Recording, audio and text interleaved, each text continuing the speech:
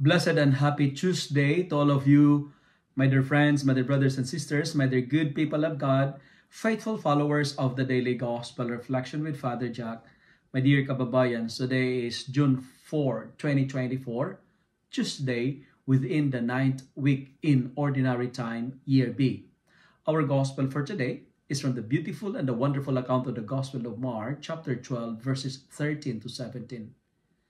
Today's first reading reminds us that while we live, we are also waiting to reach the home for righteousness. You know what, my dear friends? Time will come that everything will be dissolved. Even elements will melt. Our life here on earth is a moment of waiting. And it is also attested in our responsorial psalm for today, which says, the days of our life are 70 years or perhaps 80 if we are strong. That is our lifespan, 70, 80 for those who are strong. That's why while waiting, we are reminded not to be carried away by errors of the lawless and never lose our own stability. Be firm with your faith. While waiting, grow, increase in the knowledge and grace of our Lord and Savior Jesus Christ. While waiting, strive to be righteous. Why?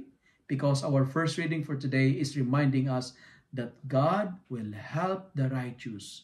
God will save the righteous, and that's the promise of God. Our gospel for today, it tells us to give to God, render to God what belongs to God, and give to Caesar what belongs to Caesar. The coin has two sides, right? And Jesus asked the Pharisees and some Herodians, okay, come on, bring me a denarius and let me see it. And he asks them, whose head is this and whose title? Why Jesus is asking them? Because Jesus is teaching us this beautiful lesson that what we see is what we get. Friends, what we see is an evidence of what we believe. And Jesus is asking them, what do you see in the coin? What do you see? He's asking that because, as what I've told you, what we see is what we get. Our thoughts will shape our vision.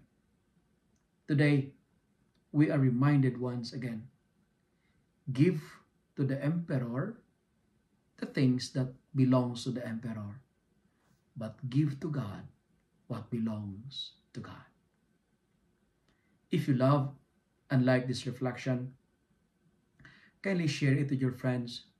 Make the Word of God viral so that many will be blessed. Amen.